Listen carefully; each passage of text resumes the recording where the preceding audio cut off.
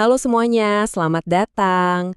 Hari ini kita bakal ngobrolin sesuatu yang, wah, bisa jadi akan mengubah cara pandang kita soal hidup loh.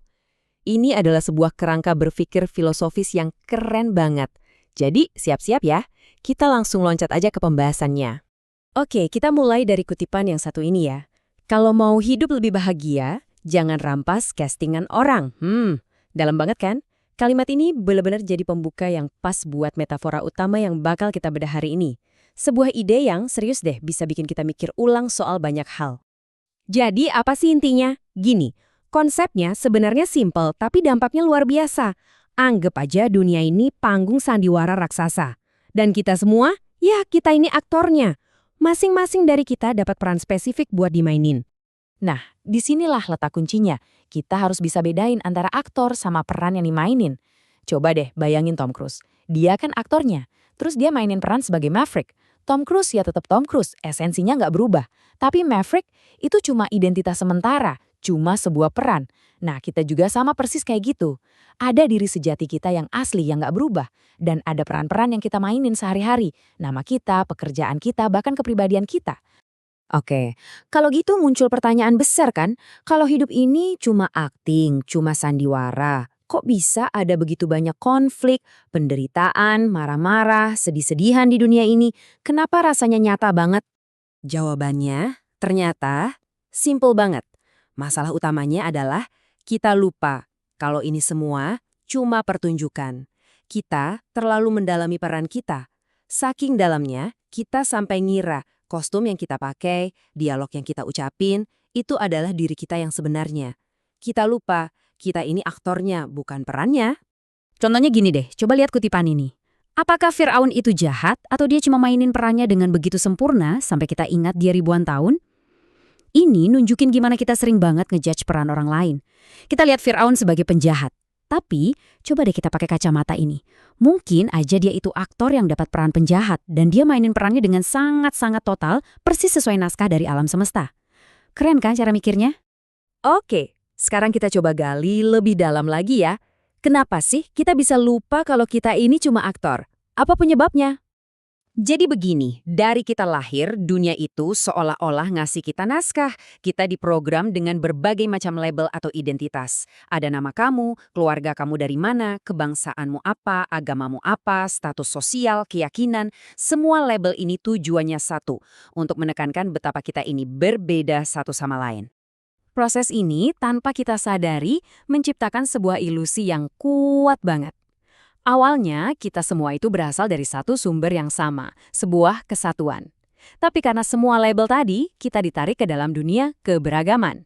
Dunia yang isinya sekat-sekat dan perbedaan. Analoginya tuh kayak gini, kita ini seperti berbagai merek air mineral dalam kemasan.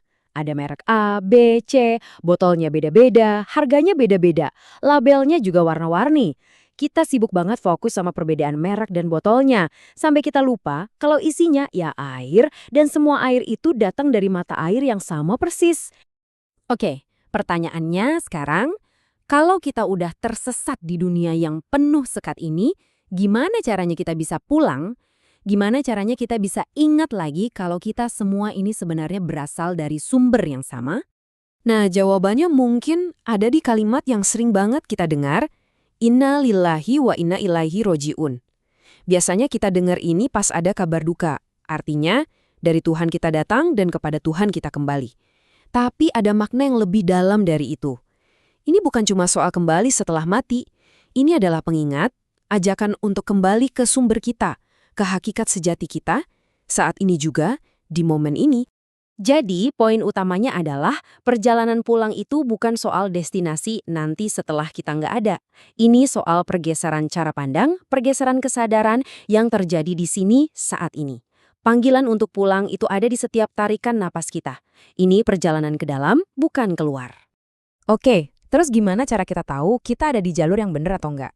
Nah, ternyata kita semua dibekali sebuah alat yang super praktis. Semacam kompas internal yang bisa kita pakai setiap hari buat navigasi di panggung sandiwara ini. Begini cara kerjanya. Sebenarnya ada dua dunia yang bisa kita tinggali.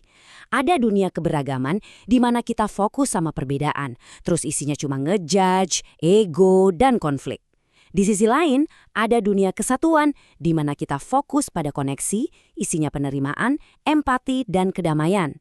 Dunia mana yang kita alami itu tergantung dari cara pandang kita. Terus, gimana caranya? Tahu kita lagi ada di dunia yang mana? Jawabannya ada di kompas tadi. Kompas itu adalah emosi kita. Perasaan kita itu jujur banget.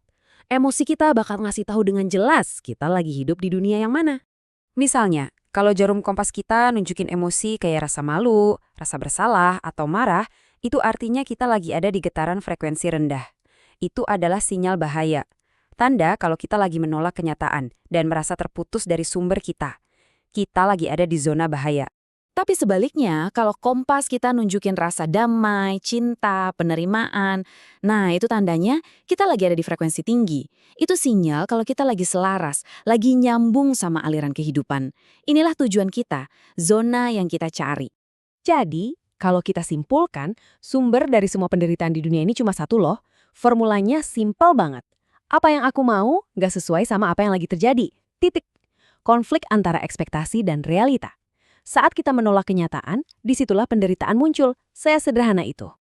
Nah, sebagai penutup, saya mau ninggalin satu pertanyaan buat kita renungkan bareng-bareng. Coba deh tanya ke diri sendiri hari ini. Peran apa sih yang lagi aku mainkan? Dan jangan-jangan aku udah lupa ya siapa aktor sejati di balik peran ini? Coba direnungkan ya. Terima kasih sudah menyimak.